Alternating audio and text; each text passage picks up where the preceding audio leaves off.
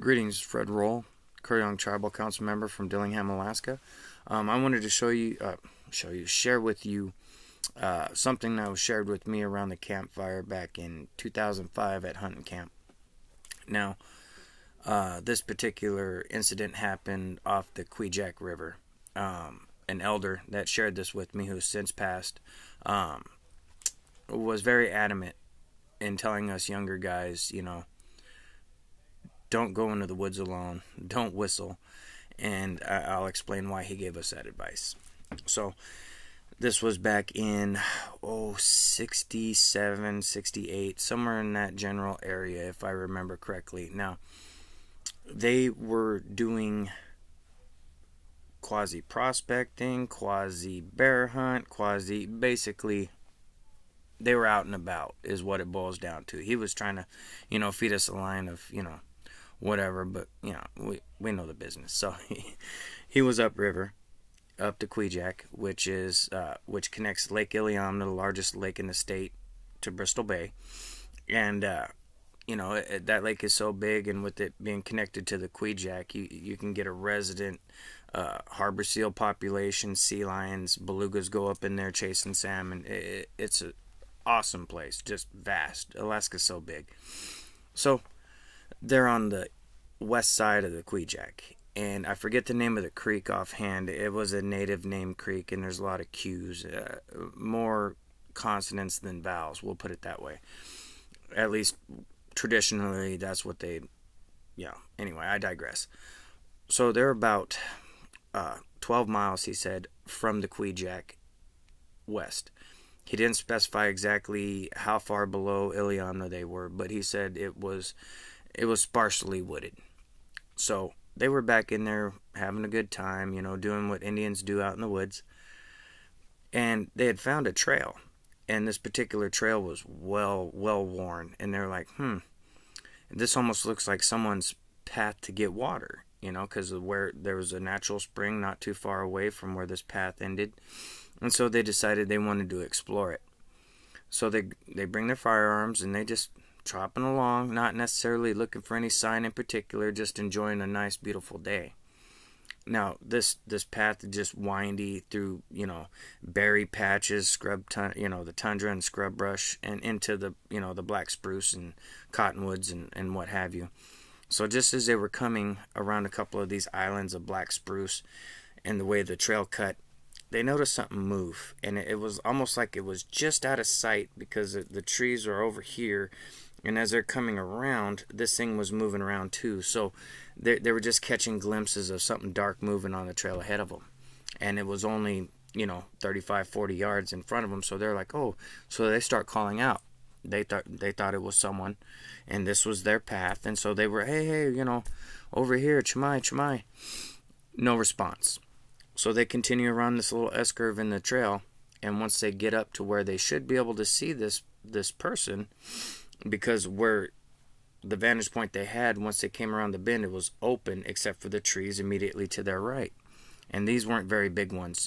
They're black spruce and whatnot. It was basically scrub timber. He said the tallest tree must have been about 15 feet tall. And, so they were kind of looking around, and this island of trees wasn't too dense. And so they're like, well, he must be hiding. He's got to be hiding because the trail continued on in the open tundra before it reached, a bigger timber a little further away. So they decided, they split up a little bit. There was 3 people in the group. They decided to take a look. Hey, you look over here, I'll look over this ridge here. And this elder, he goes up on the ridge to look to see, because they knew the trail was wrapping around. They could see it wrap around this little rise. So he went up on top of the rise to see what was on the other side. On the other side was a huge beaver pond and a small creek that kind of wound back into the bigger timber. Now, as he's up there, he hears screaming behind him coming from just where they were standing moments ago, next to the small stand of the black spruce and whatnot.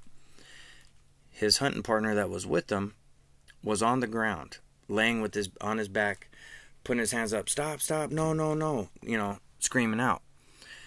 The other guy that was with them wasn't that far away, starts firing into the trees basically shooting right over their buddy, and his buddy was on the ground. He wasn't moving, but this guy's popping shots, and he knows they're not shooting for nothing. So immediately he turns around. You know, he's less than a football field away, you know, and he's running down, and he's, you know, looking to see what they're shooting at, and he notices trees just starting to. Then they hear a loud scream. The guy that was on the ground starts firing from a laid back position, shooting into the trees, and all of a sudden the trees just explode, and this huge hairy man just takes off running the direction of the beaver pond. The elder takes aim, tries to swing on it, boom, boom, takes a few shots, and they don't think they hit it because it was gone. It was moving. So immediately he runs right back up that rise, and when he gets there, this thing jumped in the beaver pond and disappeared. Kabloosh, gone. So immediately they're all posted up on this rise. They're all watching this rise. They got their guns trained. They're just looking for air bubbles. They wanted to kill it. I can't explain why. I didn't ask. I just listened. So they're watching the pond, and it's getting on into dark, and they realize, well, we need to set up camp. We don't even know where this thing is. It hasn't come out of the water. It probably drowned itself. Maybe we hit it in the lung, and then it went under, and, you know, maybe it'll be floating tomorrow morning. So they go back down near the stand of trees where they were just firing on this thing at, and they decide that's the place they want to stay, because there's a couple already down spruce trees they could use for firewood, and they would just munyak right there and go to sleep by the fire and, you know, wait for the morning to come. So as they're walking down, now, they had been watching this pond from this rise. Directly behind them, about, you know, I'd say 70 yards is, you know, roughly where he said the trail was. And it's just a larger island of the black spruce and all that kind of stuff. So, and when I mean island, I mean they're sticking up out of the tundra. They're a little isolated island of small black spruce and, you know, various other little scrub brush. So they get set up. They get a fire going. Now, it had only been a half hour, and they decide to go back up and look. And now it's not dark yet, but it's getting on into dark. And he decided, I'll go alone and be quiet. You guys wait right here. Well, he goes up onto the rise, and as he gets onto the rise and kind of peeks over to, you know, see if there's any movement, he sees it right next to the beaver pond, looking right at him, almost like he was just waiting. The hairy man was sitting there waiting and knew he was going to be peeking right there, because he said as soon as he comes over the rise, immediate eye contact. Ugh. I mean, anyway, so as he's looking at it, he's going to put a shot right between its eyes. His words, not mine. So he raises his rifle, and it dives back into the beaver pond. Now, he figures, okay, it's holding its breath, and this is the game it's going to play. So I'm going to retreat back to camp, and we'll deal with it in better light. And he does. He heads back to camp. Now, before he even gets to camp, gunshots start going off again into the same stand of trees they're literally right next to at this point, camping out. The same hairy man was in the trees. So there had to have been some kind of underground water source for this thing to jump into the beaver pond, and moments later came out of somewhere behind this stand of trees in another part of the marshy tundra, and is now in the trees. His hunting partners saw it soaking wet and water falling off of it when it was making a ruckus before they started shooting again. Whew. Can you imagine? You see something jump in a beaver pond, and then all of a sudden, a moment later, it's behind you, almost 100 yards, and your buddies are firing on it? I mean, so, you know, he could only deduce that there was some underground tunnel or water connecting way, you know, which, I mean, is very viable. You know, anyone's been on the marshy tundra in Alaska knows it's like a vegetative waterbed. So it's, I mean, totally plausible. Now, he's literally running and tripping and falling over these tundras. They got these little mounds that kind of kick up, these little mounds of turf, of mossy berry, you know, little berry shrubs and stuff like that. So he's, you know, making his way, and he's kind of panic stricken because this thing just jumped in the pond, and now his hunting partners are firing on it, right? And this thing is just screaming up and just making all sorts of roar. It would be unnerving. But these are some salty dogs. They didn't stop firing. One of them did because he ran out of ammo, and this elder and the other guy were shooting the same weapon, so they still had plenty of ammo. And as soon as he got to a spot where he saw a movement, he started firing into the bush. Now it's getting on in the dark, and as soon as he started pitching in with the firing on this thing, it went silent. They didn't see it move anymore. It just went silent. So they thought, oh, okay, we killed it. You know, they didn't have a good enough light source to go in to the, you know, this little island of trees to fetch it and drag it out. So they figured, well, let's move a little further away from the trees and reset up camp and set a new fire over here. So they do that, and gosh, the brass ones, to have this happen and go, okay, well, we'll wait and we'll just move a little bit of ways away. And so they decided that they're going to take turns keeping an eye on this particular area, because they know that's the last place they've seen it, you know. And they're all set up, and this particular elder takes first watch. And the whole time, they got tunnel vision on this island of trees. And periodically, of course, he would check his six and look around, because they're in a more open part of the tundra, so they're able to, you know, easily see around 360 degrees. However, behind them is that rise that goes up, and on the back side of that, you know, a good 50 yards is the big old beaver pond. So he's cognizant of that. He knows that the potential of it going back in behind the tree line into wherever marsh it came out of, and then going back to the beaver pond and coming out over there is very high. But he was confident this thing was dead, because all the sound and everything stopped like it had just died. His words, not mine. So he's doing his thing. He's keeping an eye out. He does his first watch, no problem. He wakes up the other guy. Now, guy number 3 has no more ammo for his rifle. It's miles and miles and miles back to where they parked the skiff on the riverbank of the Kwijak. So he's not going to be of any help with that rifle. So they, you know, him and the other guy had made plans. You know, I'll hold the gun. You know, they had it worked out, basically. So I'm not going to go into the finer details. It just bogs it down. So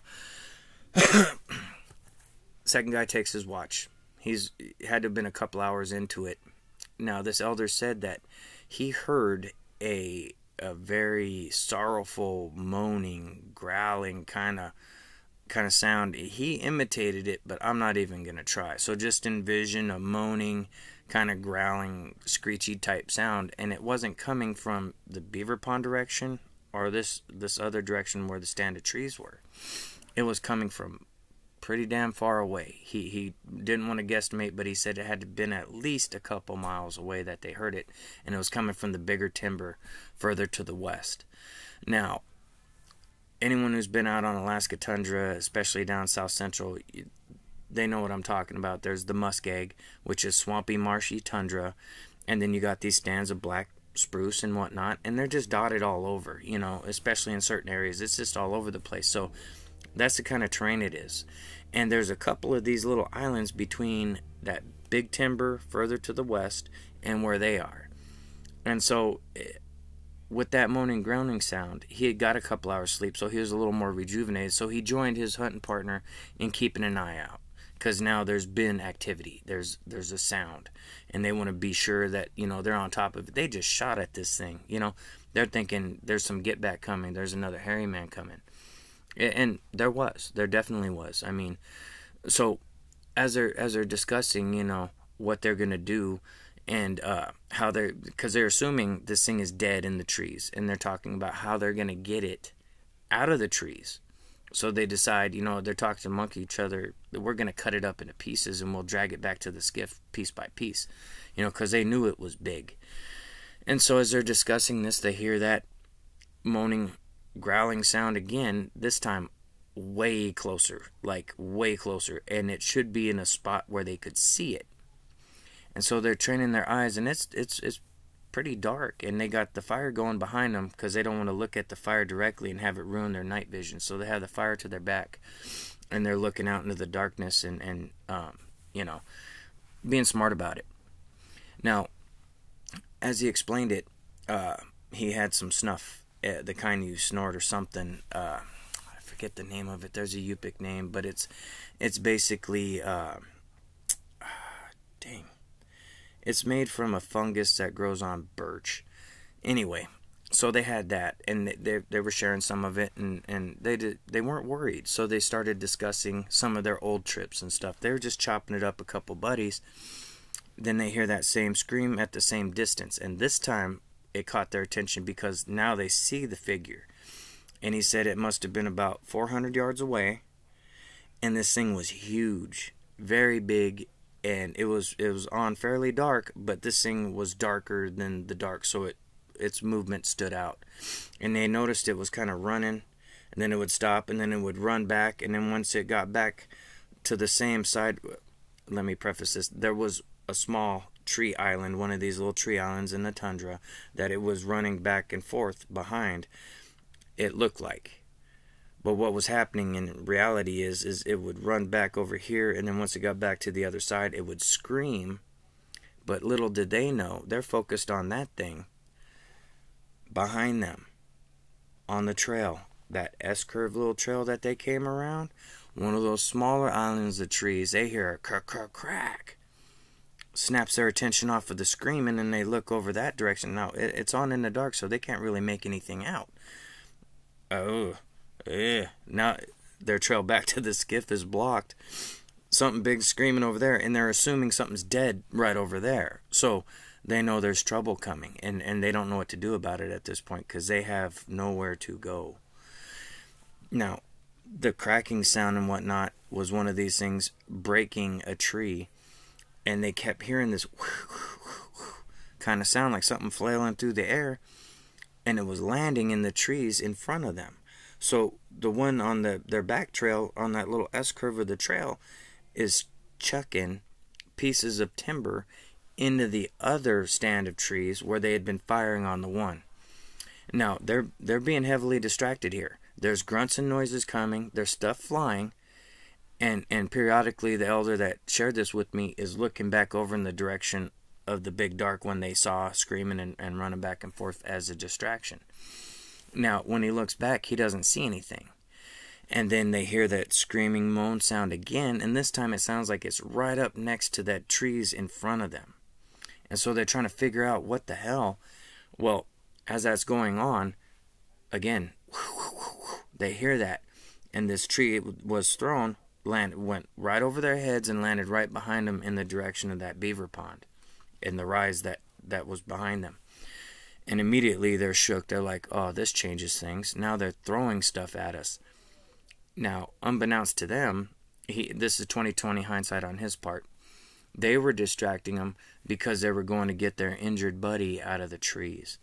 So when they were distracted, the big one that was making the moaning groaning that initially distracted them in the distance, they turn around to see it dragging the injured buddy back in the direction of the big timber to the west. Now, immediately, they open fire. They just start shooting. They emptied both rifles, and at that point, when they first started shooting, the bigger one was helping the smaller, more injured one, and they hauling. They disappeared into the darkness, out of view. So immediately they're reloading, looking in the direction that this thing was throwing sticks from. They couldn't see anything. It was pitch black, but they started hearing this huffing and grunting coming directly towards them up the trail. Now, remember, this is an S-curve trail and it's dark. So they could hear it, and then when the S-curve got behind the patch of trees, it kind of muffled the sound.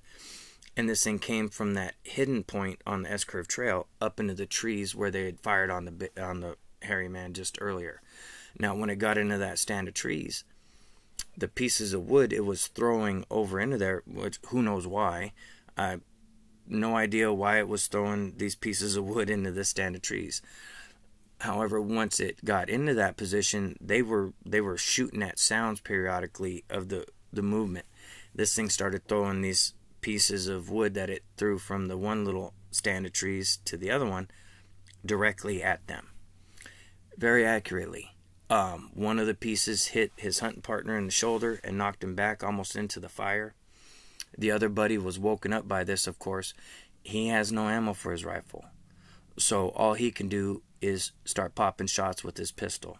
Again, it was only a .22 pistol, just for small game. You know, that's very common. A lot of people have a small game rifle, you know, always with them. Especially the natives, they, you know, grouse and rabbit and whatever. So he's ready with his little pistol, and they're all watching this stand of trees. Well, as these trees are coming in at him, they kind of split up a little bit. They wanted to be moving targets. They didn't want to stand still.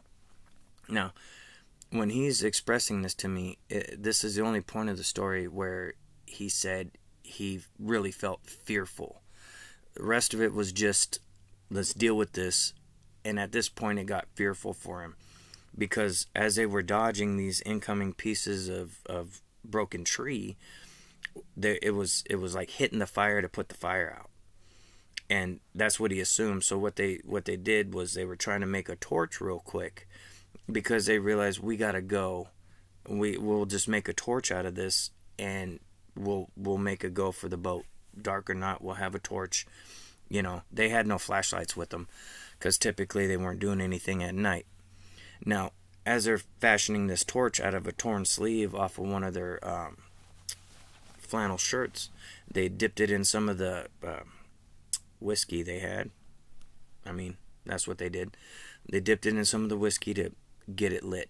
Once they got it lit, there's still smaller pieces of this debris flying in at them periodically. It's not a constant bombardment. It's every so often there's a piece coming and noise being made. So, again, they're distracted. Now, just as they get done lighting up this torch and turning around to, you know, decide how they're going to cut down and get back onto that trail and follow it out to their skiff, they turn around and the light from their torch reveals dancing fire and some black eyes about 15 feet away, 20 feet away. One came up from behind as they were distracted, and it was basically just right over there. But thankfully, the trail they had to go to was off to their left from the direction they were standing towards the rise and the beaver pond they were at. So they turned. The noise had subsided once they saw the one in front of them, well, what was behind them, but now in front of them. The noise behind them had subsided, and they heard it run off in the direction of the big timber. So now they're like, okay, let's go. And as they're backing down to the little S-curve trail, this thing would stay that same distance. Now, they got this torch going. It's not very bright, and they're back walking with this torch out in front while one's keeping a gun trained on it. They didn't want to shoot him anymore. They realized they didn't want to do that. They wanted to go. And so they got past the S-curve part. The whole time this thing's, 20, 25 feet away, not making a sound. Everything around was dead quiet, not making a sound, just staring at them. Every once in a while moving its head a little bit, but other than that, it was just, they would move and it would just move forward and stop. They would keep moving, and once it would start moving, they would stop and ready for attack. But that wasn't the case. This thing basically escorted them for 3 miles doing this exact same thing, and then finally screamed at them, kicked him around on the ground, and grabbed tufts of earth and whatnot, and was just throwing it up in the air wild, just making a weird display, and then turned around and just disappeared into the darkness, running away from them. Now, oh goodness gracious, I've been in some hairy encounters, but certain ones like these kind of experiences, they have this real, there's many ways you could look at it. Were they initially curious? Did we make a mistake shooting it? Was it an organized thing? They didn't know. It's all speculation, but it bothered him probably till his dying day. But again, he shared this with us at hunting camp. There's so many variables with these things. Sometimes they're killing people, sometimes they're eating them, and sometimes they're pushing people out, and without any definitive answers, it just kind of leaves this open thing. I don't know if all of them up here are killers. I've never had or heard of a good experience. Nothing peaceful in nature. There was always a predatory overtone to most of what I've been shared so far and what I've been told over my lifetime. Be careful in the woods. Don't drink and boat. 31 years ago, lost two very good friends. Spring of '91, Dillingham, Evan Johansson and Don Segmon. Really good people. Don't drink and boat. Y'all have a good one. Anyone wanting to share their experience, AlaskanHairymanProject@gmail.com or NoComp907 at gmail.com. Don't drink and boat.